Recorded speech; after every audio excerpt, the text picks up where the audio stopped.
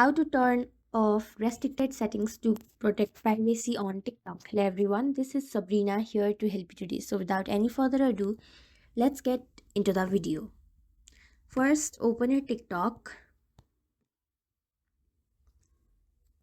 and then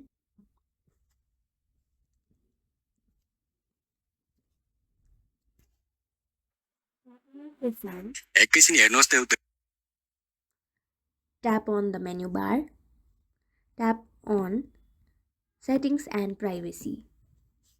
After that, go to security and permissions or go to privacy.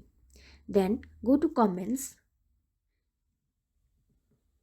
and go to allow comments, and after that, if you have selected any of the option between friends and no one, simply unselect it and tap select everyone, and you will be able to get comments from everyone. So yeah, that's it. Thank you for watching this video.